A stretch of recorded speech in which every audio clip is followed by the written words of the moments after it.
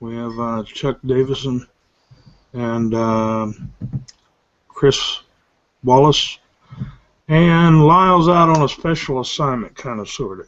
He's tournament fishing, so he's probably not going to be in here till tomorrow when we do a special. But today we're going to get into everybody starts off new.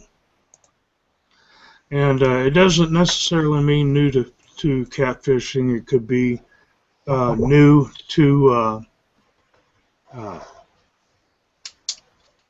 trophy fishing, if that's what you want to call it, the bigger boys. And, you know, I've fished pretty well most of my life, and my grandpa used to take me often, and I can remember just being a small fry, you know, going fishing with my grandpa and getting all worked up. And some people just didn't get a chance as a kid to go fishing. Take Justin, a friend of mine, for instance. He never went fishing until his lower 30s, which I was the only one that took him fishing. So him and I do a lot of fishing together and stuff. So I guess the first thing, you know, if you're getting into catfishing, you know, you're doing like table fare, whatnot, and fishing from the bank, and all that stuff. You know, you may not have to have a very expensive rod and reel, and you know, you could go with the Zebco 202s, Zebco 404s, something of that. I would probably upgrade it to 20-pound test, but that's just me. And I don't think. I mean, can you remember when you started fishing, Chuck? Yeah, I started fishing at a small farm pond across from my house when I was 2 and 3 years old. My mom loved to fish, and I'd go across the road with her, and we would fish there. And then I'd always go with my dad crappie fishing when I was 4 and 5 years old. Every chance that he got, we would go out crappie fishing. And then that's when I really got into catfishing, because we would be out drifting for crappie, and I would catch him little catfish here and there on them minnows, and then I just started asking him to take me catfishing. So every chance he got, we would go, you know, catfishing below the dam. We'd fish from the boat or river bank. You know, we would just use large fiddle worms and chicken livers and stuff like that, catching, you know, blues and channels. But I started off young loving catfish. Right. And Fudd, you just got rid of your Spider-Man combo kit, didn't you? My Spider-Man, oh yeah, sure did. Yep. Oh man. So you know, guys, you don't have to go out and spend a lot of money. You can get a combo for about $20 at Walmart. The great thing is if you screw it up by your lack of knowledge, you can always take it back. Good old Walmart, right? And so I guess the next thing you'd be doing is kind of looking at the waters that you want to try to catfish in. And you know, you can find a lot of structure, channel spillways, and things of that sort. What do you think some of the other things you need to look for, Chris? When you're starting off new to catfishing, things you want to look for, I guess, would be depending on what you're fishing for. If you're wanting to target flatheads, and you're new to that, you want to look for, like, say, a tree that's off the, you know, like falling from the bank into the water, or big chunks of rock. You want to be able to, you know, ask questions to anybody if you're new. You know, I mean, if you're around the area and you see somebody that's catfishing, you know, walk up to them and definitely, you know, let them know that you're coming and everything. Don't just sneak up on them or anything. Somebody might pull a gun on you or something, but walk up on them, get to talking to them, and, you know, ask them what they're fishing for, and how they're doing it and see if, you can't just strike up a conversation to see what you can learn from somebody that's already doing it around you. And if you can't find anybody around you, looking online, getting on the forums like Twisted Cat and Catfishing Pro and USCA One. There's tons of catfishing forums out there where you can get a lot of information for starting out. But looking for, when you're first out there looking for stuff on the water, for flathead, you want to find like a tree or any big chunks of rocks. Basically, you got to think of the holes that, or the structure that creates in the water, and those fish sit underneath them and get up into the holes if it's rock or whatever, and they sit there and they're ambush predators, so they ambush bait as it comes by them, or fish or whatever it is, food. So channel cats, I like to look for where you would look for current. If you see current moving in that area, I like to try to hit the current areas in the channels for channel cats. Blues, same kind of thing for blues. But really, it takes getting out and fishing, talking to people, asking questions, but being out on the water and just and doing it is going to teach you a lot yourself. Right.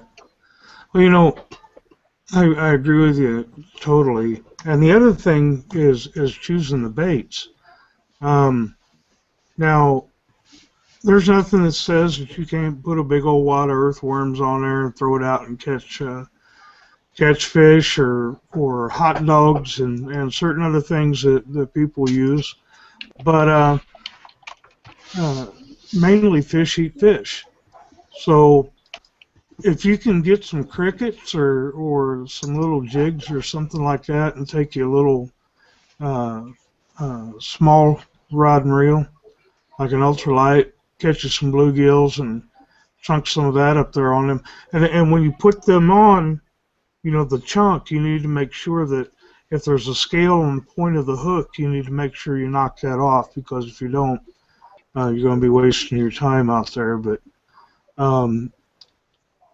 stay away from, in my opinion, stay away from the Rusty's shad and baby shad, because at Walmart, I've done tests with that stuff, and I've not even had turtles to take it off the hook. So that's some nasty stuff. Let's get to a few other species of catfish, guys. I could do a really good example of like what you started out saying about, when you're saying everybody starts out new, it isn't just for catfishing in one specific area. Like I myself was just at a tournament. I just made it here for this, and I'm new really to cold water catfishing, so I didn't know a lot.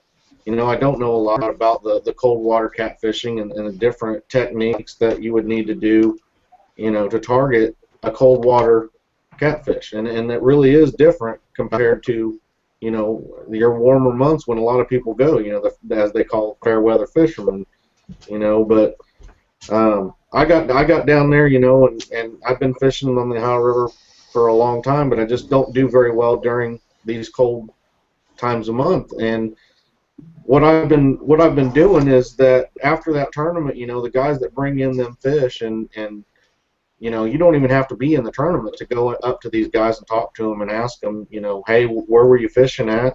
Were you fishing in a creek? Were you fishing on the main river? Were you fishing deep? Were you fishing shallow? Were you using big bait, small bait?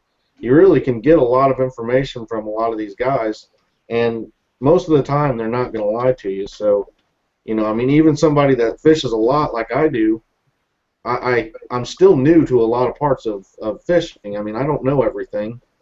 So I definitely, you got to make sure that you ask the questions when you're out there. You talk to people. If you don't know it, if you don't know something, don't be afraid. Don't feel like, you're bothering anybody, or, you're dumb for asking or anything like that. So I just thought that went along with kind of where you started off, Paul. With it's nothing specific. It can be all kinds of different things with catfishing, where somebody's new at doing Right. it. From somebody that goes from table food to catching trophies and whatnot, then you're new all over again because it's the difference between night and day. And when you're on these forums, sit back and watch for a little bit. Ask questions, but don't be surprised if some people come out of the woodwork on you because you mentioned jug fishing or trout lining. It's not really well received by the trophy hunters, and I got in some trouble with that at one time. So, everybody's new at one point, and believe me, when it comes to CPR, I no longer say catch, photo, refrigerate. It's catch, photo, release, and a lot of these guys take that seriously. And I think Chuck could probably tell you that as well. But you got anything you want to add, Chuck? Yeah, anybody who wants to get out and try to catfish, give it a shot. Like Paul said, you can go down to Walmart and you can get 2 Tiger spinning reels made by Shakespeare. I would go ahead and change the line out. I'd buy some Berkeley big game, probably 30-pound test. I'd rig up. I'd go catch me some bluegill. I would cut it up. I'd keep a few live. Go find you a good spot on the riverbank and some good current. Just hang out with some friends. Throw them out and see what happens. When you eventually start catching them catfish and you break a tiger rod or you catch one that you can't get in, that's when the addiction really kicks in. And you don't start buying gear just to have nice gear like everybody else is getting. You're getting the nice gear so you can actually land those fish that actually got away. So you actually build yourself into it. A lot of people I know have went and bought gear and went and tried it, and they said this isn't for me. So if they would have went out and bought nice gear, they'd probably had to turn around and sell it. Took a loss on it or whatever. And you're never what you gave for it. But if you, you'll have these tiger reels sitting around even if you upgrade, and that'll be more rods and reels that you can let a friend use. Take them out and get them addicted along with you, because when you start doing it, there's no quitting. It gets in your blood pretty thick. Yes, another thing Crystal was talking about a while ago is, walking up and talking to fishermen and whatnot. And this is going to be a little common courtesy because it just burns my rear end when somebody crowds me. And, if you're fishing side by side with them with a flow, chances are you're going to cross that line every time, and have a little common courtesy and try to give them the room that they need to enjoy their time as well as you enjoy yours. There's times I get out at Chain of Rocks down on the Mississippi, and there's like 10, 15 guys down. I'd be the first guy. 10, 15 guys come afterwards, and I'll have 2 of them Koreans that crowd me. They can't speak English, but when you go like this, next time, they usually quit crowding you. So that aggravates me to be crowded, and just have common courtesy about the people you're around. If you're they got a couple of kids and you sit down next to them and their kids and light up a cigarette, or something like that. That's just, you got to think about things that you do when you're sitting next to somebody or like I say, crowding them. But I don't know. Do you know if anything else, Sir Chris? I can't think anything but common courtesy.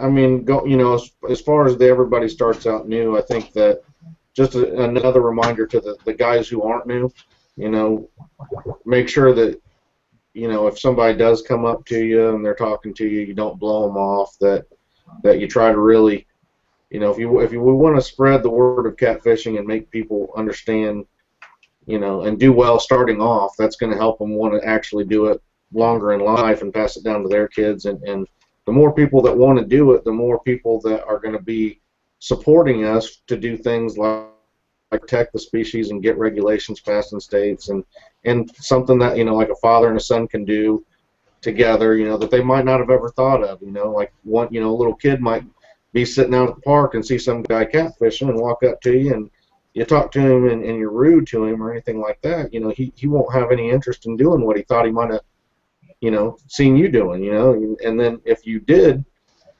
talk to him and was nice and everything, he might, one day he'll take his kid, and that will progress on down the line further than you ever might imagine. So just, even from the littlest thing, from like a little kid coming up to you, talking to you about it, and trying to take a few minutes, even though you might be busy doing something or whatever, just take a couple minutes out, talk to an adult, a grown man that walks up to you and asks you some questions, and whether you're a tournament fisherman or not, you don't have to give them all your secrets, but you can still be courteous and tell him some things and ask him, what he's wanting to know exactly, and see how you can help him. And, even offering to take people out on your boat with you, or taking them to spots that that are decent without, giving any. I know a lot of people have their, super secret spots, and you don't have to give those away, but you always might be able to, just take somebody out to a spot where they've never been, and then, show them a few things because you're out there with them. So I think that's it. Yeah, I was at a tournament last summer, and I was up there, and there was quite a few kids sitting around watching the weigh-ins and stuff, and some of the tournament fishermen F this and GD that and four-letter word this and that, and we're trying to get people to quit looking at us like a bunch of inbred hillbillies, and try to have a positive spin with spin on the kids and stuff. And then in this particular instance, the guy walked off with his kid or his grandkid. I'm not sure which one, but they left. He says, we need to go home. So if you're at a tournament, at least try to watch your mouth for the kids. But catch, photo, release. I think let Chuck handle this one. Yeah, that's the most important thing here. Like Chris was saying, when people approach you and ask you questions, that's when I get my smartphone out and I show them some pictures of stuff that I catch. Not really too much to brag about it, but to tell them, hey, you see this fish, and this fish, he's still out there swimming. So you got a chance to catch him right now, because I didn't catch him not too far from there. And they look at you like he's still in there, you didn't keep him, and that's your time to spread the word and explain to them how important CPR is. Not everybody's on Facebook. Not everybody goes to forums. So, the regular ordinary fisherman that's out here fishing around your areas that you meet on the riverbank, or that you may approach their boat and, talk out in the lake, that's the time to spread the word, by the word of the river. You get out and, communicate with these guys while they're actually out there fishing. I was fishing on Lake Wheeler last year, right below Guntersville Dam, and I was 50 yards from a boat that had a big fish on, and they caught a big flathead. They didn't have a scale in the boat. I didn't offer mine, but it was over 60 pounds, and I sat there and watched them gaff that fish to get it in the boat. When I seen him get the gaff out, I just kind of, I seen him pull it up in the boat. He pulled it up in the boat by the gills. Drinking and everything. Times like that isn't really the time to, go, get on anybody and, tell them they're doing it wrong. There's a right time and a right place to do it. But, if those guys knew better, maybe they just don't care. But, if somebody could have got to them before that, maybe that fish could still be swimming. Yeah. Yeah, and if you're going to CPR a fish, do not hold it by the gill plates. Holding it by the gill plates, you're going to end up messing up his gills. That's the same as just punching us in the Suflex, knocking the wind out of you. When you do that, you're going to have issues on breathing. But I think I interrupted you, Dave. Go ahead. Or Chuck.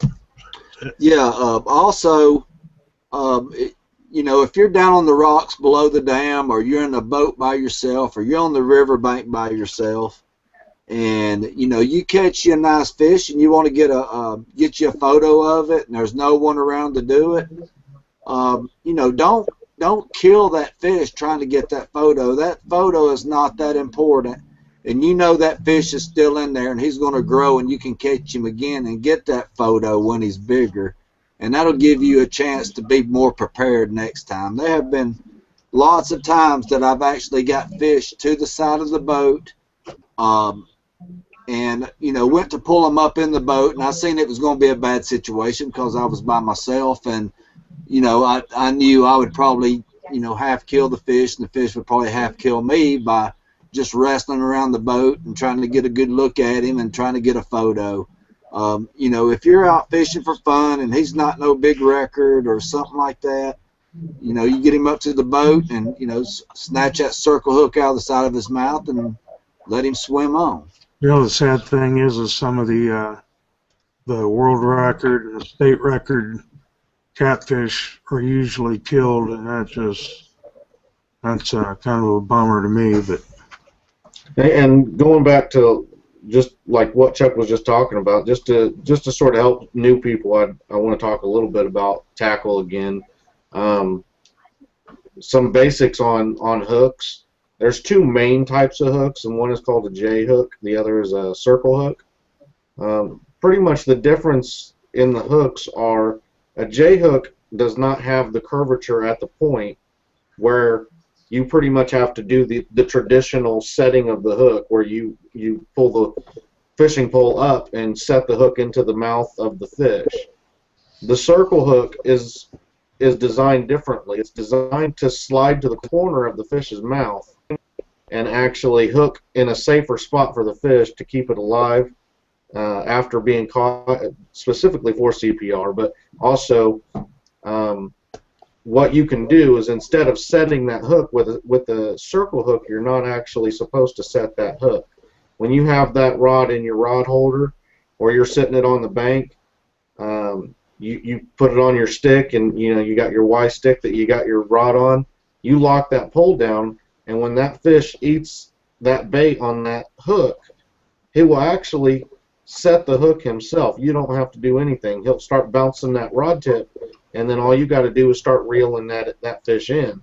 A good tip that most guys do is, when you start with a circle hook, when you start seeing that rod tip really bouncing hard, you give it a real fast, hard 2 or 3 cranks over just to help set that hook. But you never really do that traditional hook set.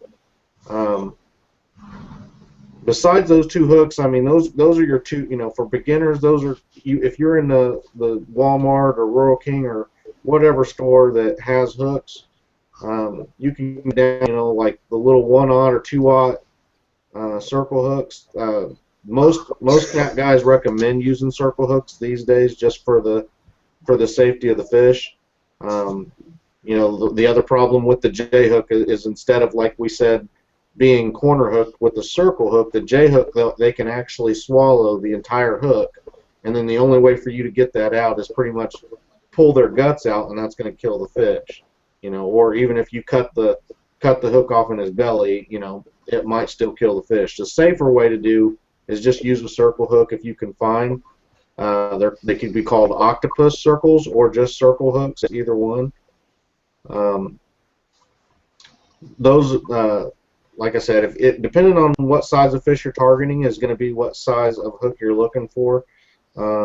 If you're looking for like 5 to 10 pound fish, you know, you could probably use a 4/0. I'd say a 4/0 to maybe even a 6/0 if you want to go that big. If you want to go bigger, you know, you can go up into the 8/0s, and most stores will carry an 8/0 circle hook, or even, you know, a not necessarily Gamakatsu. There's a Eagle Claw laser hooks. They carry a lot of different types and styles of hooks as well that you can find in Walmart. And as far as hooks, do you get, you know, we could go on to some sinkers and other things to help them out to get people started when they're new, but you guys got anything to add for hooks? Or No, not really. You know, you get into the circle hooks, so they do tend to be a little more expensive. But yeah, I'd prefer to have a circle hook than a J any day anymore. Once I started using them, there wasn't no turning back. Because you know, a lot of people say that, you know, that using circle hooks takes the fun out of fishing because you're not setting the hook anymore and the fish catch yourself. But it's all about the conservation. You know, you want the safety of that fish. You know, you want that circle hook to stay out of the gut pot. You know, stay out of the gut. But that circle hook can slide out easy. There's also some places up on the Red River on up into Canada that you know, that you can't even have barbs on your hook. You have to use a circle hook, and if you have a barb on your hook, you have to bend it in with pliers. I mean, that's how far they're going into conservation on their channel cat populations up there. I mean, it's just such a good hook that for the welfare of the fish, I don't even ever use anything anymore. Even though, you know, walking baits or bouncing bottoms or whatever, I'll snatch it out of their mouth. And I knew if I'd had a J hook, I'd have probably got him. But I'm not going to switch just because, you know, I missed a couple of fish because of the conservation of the fish. Yeah. Hey, I want to jump in real quick and mention that this month's giveaway is from Whisker Wear Apparel. And what we're doing real quick is you got to write a sign that says catfishweekly.com and Whisker Wear Apparel, just like this. Make sure we can see. Well, I've got to get back farther, but you got to be able to see the face. And the Whisker Wear Apparel and the catfishweekly.com. And at the end of the month, we're going to do a drawing by a third party, and you'll get your choice of either a black hoodie or a white hoodie, 2 koozies, and a Whisker Wear Apparel sticker. So I wanted to make sure everybody understood. You have to upload it to our Facebook page, and I will make sure I get another post sent out here in a little bit to send you in the right direction. So anyway, 7 up on top of the hour. Anybody else got anything that they think they might want to throw out there?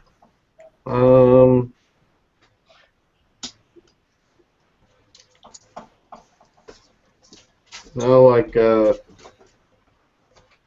I hear crickets. I think I'm pretty good.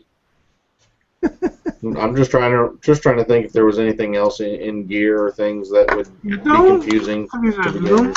Don't be afraid to ask questions. You know, if you go to catfishweekly.com, under our cartoon heads, you will see an email address. By all means, send us a question. You know, if you want to know something. If we can't answer it, we'll point you in the direction to try to get it answered. You know, we're not going to sit there and try to be professionals or say we're professionals or whatnot in an area that we're not. So with that, I'm going to say we're going to come to the close, go to the final thoughts, and we'll go with Chuck first. Well, springtime's here, and I'm really excited about it. It's been a cold winter. I think this is going to be the best spring we've had in a few years. Hopefully, some of the shad have died off in certain places, and it'll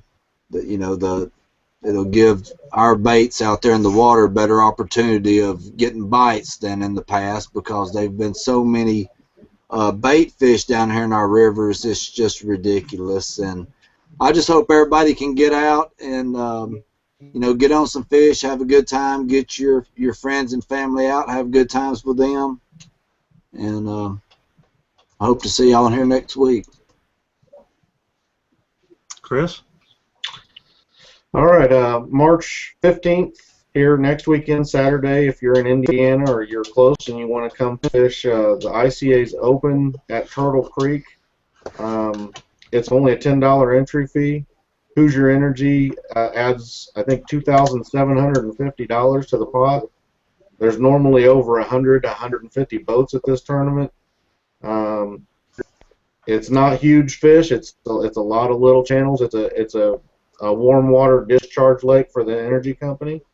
There used to be big flatheads. They could still be there. We don't know. But most tournaments, it's a 10 fish. It's a 10 fish limit. In most tournaments, it doesn't take a lot of weight to win, and it's a really fun tournament because there's so many people, and it's such a small entry fee, and there is such a large payout on it. So I think it pays out 15 places on the norm. So if you want more information, IndianaCatfish.com, I believe, is their website. And besides that, I every week I'm going to reiterate the fact that, like I said, that while each of us have our own sponsors, individual sponsors, the show itself is not sponsored by any person or company, and we're not playing the politics. So everybody is, we want everybody to participate in the show and watch it, and be guests on the show and ask questions for the show, whatever, and just have that known. We're definitely going to make sure that we state this every single time and really hammer that home. But I think I'm done. Okay. Well, that's about all I can think of. I agree with Chris. Need to try to make it a unified effort for conservation of catfish instead of trying to be Superman and do it all by oneself, I guess. But, see, I said this month was Whiskerware Apparel. Get those things uploaded to Catfish Weekly's Facebook page. And April, we got, what, 9 or 18 bottles of Dead Red we're 18 doing? bottles of Team Catfish's Dead Red. Yeah, doing two of those. Yeah, every show, I think, we're going to give away 2 packages, so that'll be a definite month where people will want to participate and be in our chat and be live with us, so that way you can have a chance to get a couple bottles of Dead Red. That's coming all up in April. So anyway, until then, thanks for watching, and we'll talk at y'all later.